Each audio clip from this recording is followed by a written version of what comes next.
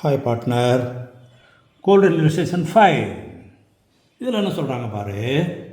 A and B are partners. Okay. Admission of C 1/4 share. They revalued the assets and reassessed the liabilities. அப்போ revaluation என்ன question கேட்டிருக்காங்க. Prepare revaluation account.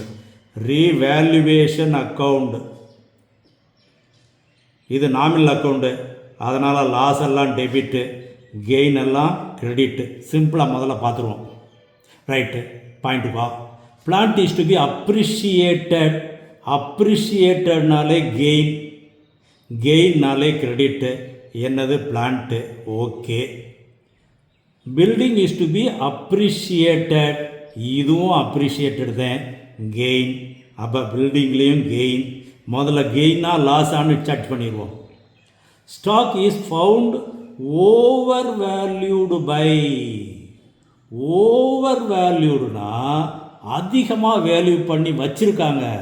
ஏற்கனவே புக்கில் இருக்கிறது அதிகமாக value பண்ணியிருக்கிறாங்க. அப்போ அதை குறைக்கணும். அப்போ குறைக்கணும்னா லாஸ். ஸ்டாக்கில் ஓவர் வேல்யூடுன்னு சொல்கிறாங்க, தென் தட் இஸ் லாஸ். கவனமாக பார்த்துக்கோ. Machinery be reduced by. Machinery asset reduce பண்ணுறோம், அப்போ லாஸ் தான். மெஷினரியிலையும் lost. Okay.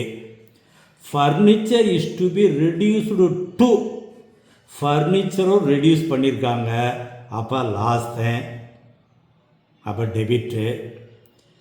Creditors were return back. கிரெடிட்டார்ஸ்னால் யார்? லைபிலிட்டி. நம்ம கொடுக்க வேண்டியது, யாருக்கோ பணம் கொடுக்க வேண்டி இருக்குது, அந்த பார்ட்டியை நம்மளால் தேடி கண்டுபிடிக்க முடியலை, அதனால் இப்போதைக்கு அவருக்கு கொடுக்க வேண்டிய அவசியம் இல்லை, அதை திரும்ப பெற்று return back, then that is gain. அப்போ கிரெடிட்டார்ஸில் gain. Provision would also be made for outstanding wages. Wages யாருக்கோ கொடுக்க வேண்டியிருக்கு, அது கொடுக்காம கணக்கு எழுதாமல் வச்சுருக்குறாங்க, அதுக்கு ஒரு ப்ரொவிஷன் பண்ணிட சொல்கிறாங்க. அப்போ அதுவும் நமக்கு லாஸ் தான். அப்போ எதெல்லாம் லாஸு எதெல்லாம் கெயின் முதல்ல ஜட்ஜ் பண்ணிட வேண்டியது. அடுத்து அமௌண்ட்டுக்கு போவோம். அடுத்து ஈஸியாக போகிறோம். Plant is to be appreciated to. டூன்னு சொன்னாலே that is current value or market value.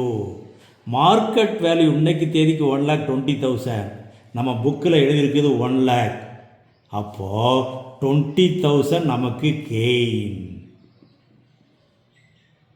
Building is to be appreciated by. Appreciated பைனா அந்த அமௌண்ட் அளவுக்கு கூட்டணும், தென் இதுதான் நமக்கு கெயின். அப்போ அந்த 2 by 2க்குள்ள தேசத்தை நல்லா பார்த்துக்கோ. ஓகே. 2ன்னு சொன்னால் அது மார்க்கெட் வேல்யூ. அப்போ மார்க்கெட் வேல்யூக்கும் புக் வேல்யூக்குள்ள டிஃபரன்ஸை கெயினாக லாஸான்னு சொல்லணும். பைன்னு சொன்னால் எவ்வளவு சொல்லியிருக்காங்களோ அதுதான் நமக்கு கெயினோ லாஸோ. இப்போ அப்ரிஷியேட்டட்னாலும் gain. Okay. Stock is over valued by. அதிகமாக வேல்யூ பண்ணியிருக்காங்க. எவ்வளவு? 4,000. பைன்னு கொடுத்ததுனால அதுவும் நமக்கு 4,000 அப்படியே எழுதிடலாம். Machinery reduced loss. பைன்னு சொல்லிட்டாங்க, பைன்னு சொல்லியாச்சுன்னா அப்போ குழப்பமே இல்லை, அந்த அமௌண்ட் அப்படியே எழுதிடலாம். Furniture is to be reduced to. டூன்னு சொன்னாலே இது மார்க்கெட் வேல்யூ. மார்க்கெட் வேல்யூ எவ்வளோவா? இங்கே மார்க்கெட் வேல்யூ கொடுத்தாங்க, கொடுக்கல. எவ்வளவு? 40%. எதில் 40%? Furniture book value. புக்கில் நம்ம எழுதியிருக்குது 50,000. அதில் 40,000 தான் இன்றைக்கி வேல்யூ. அப்போ 50,000ல் 40%ன்னு சொன்னால் இன்னைக்கு வேல்யூ 20,000 தான். புக்கில் எழுதியிருக்குது 50,000, ஆனால் இன்னைக்கு ரெடியூஸ்டு 2ன்னு சொல்லிட்டதுனால இன்னைக்கு அதனுடைய வேல்யூ 40%, தட் இஸ் 20,000. அப்போ ரெண்டுக்கு உள்ள difference loss 30,000. Outstanding wages loss அமௌண்ட்டை கொடுத்துட்டாங்க 2,000. அப்போ creditors gain 5,000. அப்போ ரெண்டுக்குள்ள எது அதிகம், லாஸா கெயினா, அதை ஓல்டு பார்ட்னருக்கு ஓல்டு ரேஷியோவில் பிரிக்கணும். அவ்வளோதான், குழப்பமே இல்லை. இது ரஃப்பாக நம்ம செஞ்சுக்கிடுறது. இப்போ சொல்யூஷனுக்கு வா. ப்ரிப்பேர் ரீவேல்யூஷன் அக்கௌண்ட்னு கேட்டிருக்கிறாங்க. அப்போது நம்ம கொடுத்ததன்படி லாஸ் டோட்டல் 52,000, கெயின் 40,000. அப்போ 12,000 லாஸ். இதை ஓல்டு பார்ட்னர் கேபிட்டல் அக்கௌண்ட்டில் ஓல்டு ரேஷியோவில் பிரிச்சிடுறோம். 8,000 4,000.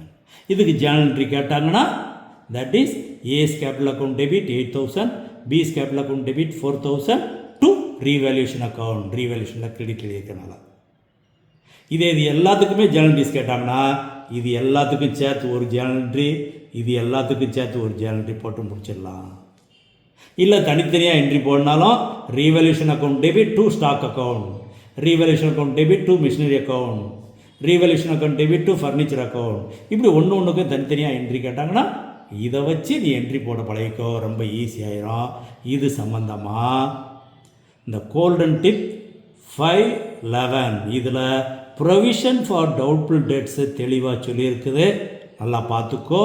அதே போல் இந்த ரீவேல்யூஷன்லையே over valued by under valued by stock சொன்னோம்ல, அதே போல் 13 சொல்லியிருக்கேன், 14 சொல்லியிருக்கிறேன்.